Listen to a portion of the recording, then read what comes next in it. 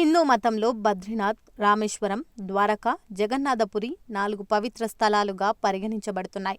ఈ 4 ప్రదేశాల్లో జగన్నాథ ఆలయం ఒడిశాలోని పూరీ క్షేత్రంలో ఉంది. ఇక్కడ జగన్నాథుని ఆలయం ప్రపంచవ్యాప్తంగా ప్రసిద్ధి చెందింది. ప్రపంచ ప్రసిద్ధి చెందిన జగన్నాథుని రథయాత్ర కూడా ప్రతి సంవత్సరం ఇక్కడ ఘనంగా నిర్వహిస్తారు. ఈ రథయాత్రలో పాల్గొనేందుకు దేశ విదేశాల నుంచి లక్షలాది మంది ఇక్కడికి వస్తుంటారు. పురాణ గ్రంథాలలో జగన్నాథ ఆలయాన్ని ఇలవైకుంఠంగా పేర్కొన్నారు. ఈ ఆలయంలో విష్ణువు స్వయంగా కొలువై ఉంటాడని ఒక నమ్మకం. ఈ ఆలయాన్ని సందర్శించిన భక్తుల కోరికలు నెరవేరుతాయని, వారికి మోక్షం కలుగుతుందని విశ్వాసం. ఈ ఆలయానికి సంబంధించి అనేక కథలు, రహస్యాలు ఉన్నాయి. ఈ రహస్యాలను ఇప్పటి వరకు ఎవరూ ఛేదించలేకపోయారు.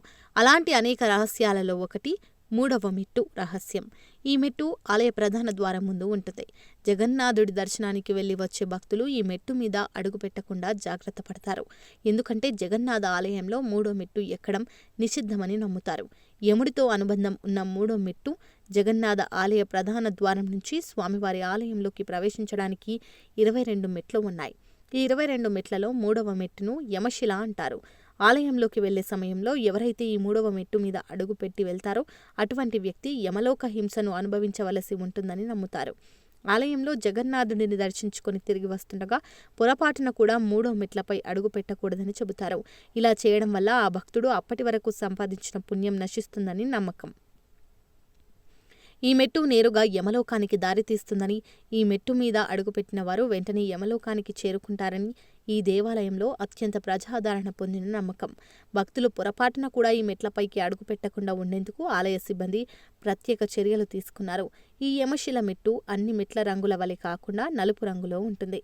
జగన్నాథుని ఆలయంలో 3వ మెట్టుపైకి అడుగు పెట్టకూడదని ఈ నమ్మకం వెనుక ఒక పురాణ కథ ఉంది.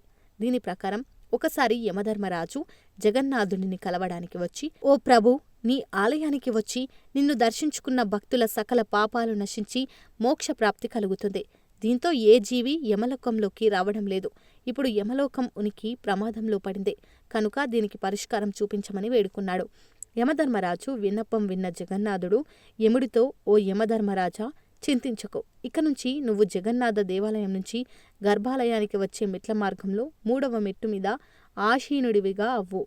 జగన్నాథుడి ఆలయంలోకి ప్రవేశించి నన్ను దర్శించుకున్న తర్వాత తిరిగి వెళ్తూ ఎవరైతే ఈ 3వ మెట్టు మీద అడుగు వేస్తారో అతనికి నా దర్శనం వలన కలిగిన పుణ్యం నశించి యమలోకానికి చేరుకుంటాడు అని వరమిచ్చాడు.